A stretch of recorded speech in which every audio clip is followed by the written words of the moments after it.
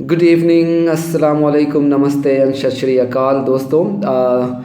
ये मैंने चूँकि अब प्रॉमिस किया है कि आपसे मैं डायरेक्टली इंगेज करूँगा अपने वीडियो ब्लॉग के ज़रिए। तो आज की जो सबसे बड़ी स्टोरी है, मैंने सोचा कि उस पर कुछ आपसे बात करूँ। नेशनल ग्रीन ट्राइब्यूनल ने आर्ट ऑफ लिविंग का जो वर्ल्ड कल्चर फेस्टिवल है उसको ग्रीन सिग्नल दे दिया है। ये आप सब भी जानते हैं। 5 करोड़ रुपीज़ फ़ाइन इम्पोज करके उन्हें इजाज़त दे दी है। नाउ इस फेस्टिवल ने बहुत सारे सवाल खड़े कर दिए हैं। जो सबसे पहला मेरा रिएक्शन था, जो मैंने ट्वीट भी किया था, मैंने सारी अपोजिशन पार्टीज़ को मैंने ब्लेम किया कि हर छोटे मोटे मामले पे तो वो पार्लियामेंट में कार्रवाई को रोकते हैं, लेकिन इतना बड़ा मुद्दा था जहाँ पे किसानों के इंटरेस्ट को हर्ट करने का इल्ज़ाम था, जहाँ पे इन्वायरमेंट को इतने बड़े लेवल पे डैमेज करने का प्रश्न खड़ा हुआ था या सवाल खड़ा हुआ था, उसको लेकर के ज़्यादा शोर शराबा उन्होंने पार्लियामेंट में प्रेशर नहीं बनाया या सवाल खड़े नहीं किए गवर्नमेंट के ख़िलाफ़। चूँकि ये बहुत ही साफ था ये कि किस तरह से सेंट्रल गवर्नमेंट ने श्री रविशंकर को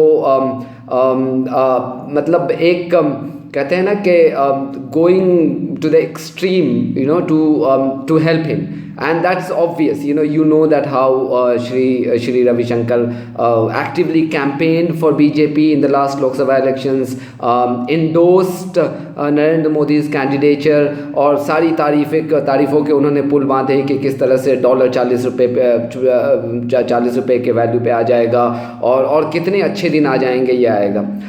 तो ये तो बहुत ही आम बात थी कि बीजेपी उनको सपोर्ट करेगी और उनके इवेंट को सपोर्ट करेगी।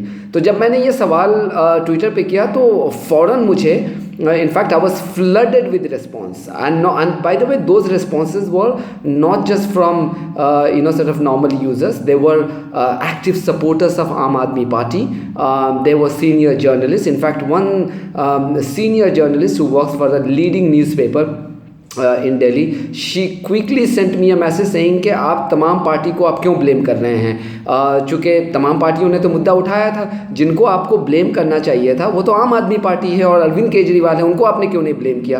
And actually then she went on to explain things and that made sense कि इस पूरे मुद्दे में जब ये मामला चल रहा था और एनजीटी की हियरिंग चल रही थी, तो इसमें लोगों ने ये सवाल बहुत मर्तबा उठाए कि अरविंद केजरीवाल जो दिल्ली के चीफ मिनिस्टर हैं या आम आदमी पार्टी, ये लोग खामोश क्यों हैं, ये लोग ओपन स्टैंड क्यों नहीं ले रहे हैं। क्या ये वजह ये है कि पंजाब में इलेक्शंस आने वाले हैं और ये स्पिरिचुअल गुरु जो है वहाँ पे काफ़ी इन्फ्लुएंशियल्स होते हैं। वहाँ हमने देखा कि बाबा गुरमीत राम रहीम, उनका कितना इन्फ्लुएंस है। एक साइजेबल इलेक्टोरेट्स जो वोटर्स हैं उनके वोटिंग पैटर्न्स को वो इन्फ्लुएंस करते हैं। तो क्या ये वजह है कि ये लोग बहुत ही फूक कर कदम रख रहे हैं, चूँकि ये हर्ट नहीं करना चाहते हैं अपने इलेक्टोरल अपॉर्चुनिटीज़ को।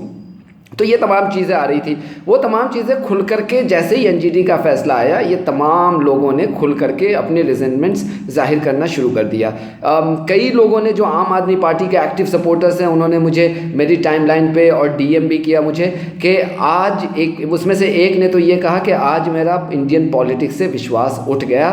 आई am very disappointed sir, please guide me if I continue to take interest in Indian politics. That was his reaction, and that's quite telling. In fact, बहुत बड़ी जो तादाद है लोगों की, उनका भी मोर और लेस यही सेंटिमेंट्स था। तो ये जो सवाल खड़े हुए हैं, इन सवालों को अरविंद केजरीवाल को भी, दिल्ली सरकार को भी ये जवाब देना होगा। दूसरी पार्टियों को तो मैं नहीं कह सकता, चूँकि उन्होंने पार्लियामेंट में तो अपने लेवल पे बहुत ही आवाज़ उठाए। यहाँ पे मैं पर्टिकुलरली कंसर्न्ड हूँ दिल्ली के चीफ मिनिस्टर को लेकर के, चूँकि वो उनका पॉलिटिक्स में आना ही सिर्फ इस बुनियाद पे था कि वो पॉलिटिक्स में एक नई किस्म की राजनीति सिखाने लोगों को आ रहे हैं। लेकिन इस मुद्दे पे श्री रविशंकर के मुद्दे पे मुझे याद आता है राजीव गांधी की पॉलिटिक्स, और बिल्कुल मुझे वही लग रहा है कि ये जो पॉलिटिक्स ऑफ कन्वीनियंस है, पॉलिटिक्स ऑफ वोट बैंक है, मुझे लग रहा है कि कहीं ना कहीं ये उसी रास्ते पे चल रहे हैं। आप सबको याद होगा कि राजीव गांधी ने किस तरह से शाहबानों के केस में मुसलमानों को खुश करने की कोशिश की थी, और फिर बाबरी मस्जिद का ताला खुलवा कर हिंदू मेजॉरिटी को खुश करने की कोशिश की थी। आज आपने देखा कि ना मुसलमान उनके साथ हैं, ना हिंदू मेजॉरिटी उनके साथ हैं, और party has been reduced to just 44 seats. तो ये जो है बहुत ही डेंजरस गेम है जो वोट बैंक की राजनीति है, और ख़ासकर एक ऐसी पार्टी के लिए जिसकी बुनियादी इस प्रॉमिस के साथ शुरू हुई थी कि हम लोगों को राजनीति सिखाने आ रहे हैं। तो ये कौन सी राजनीति है? और यहाँ पे मैं आपको बता दूं कि मेरा स्टैंड रिलीजन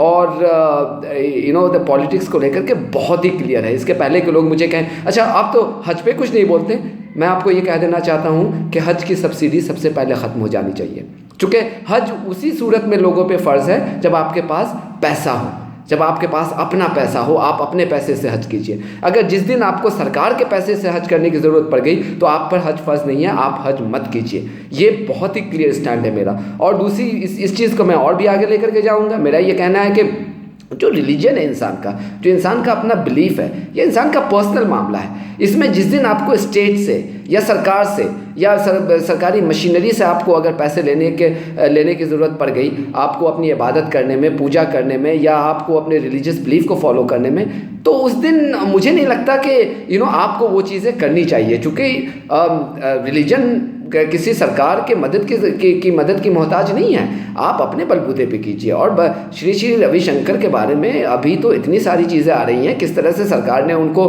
फंड से, अपने सरकारी पैसे से 2.25 करोड़ रुपीस दिया। I mean this is extraordinary. अगर आप एक्सपर्ट से बात करें, हमने स्टोरी भी चलाई है कि सरकारी मदद जो होती है मैक्सिमम होती है तो 15 से 20 लाख रुपए की होती है, ये 2.25 करोड़ रुपए का ग्रांट। उसके अलावा श्री श्री रविशंकर के बारे में ये भी आ रहा है कि किस तरह से उन्होंने एक्सक्लूसिव ब्रॉडकास्टिंग राइट अपने चैनल आनंदन टीवी को दिया हुआ है। तो जाहिर सी बात है it's a money making business for him and that's what the allegations is and that seems to hold the water.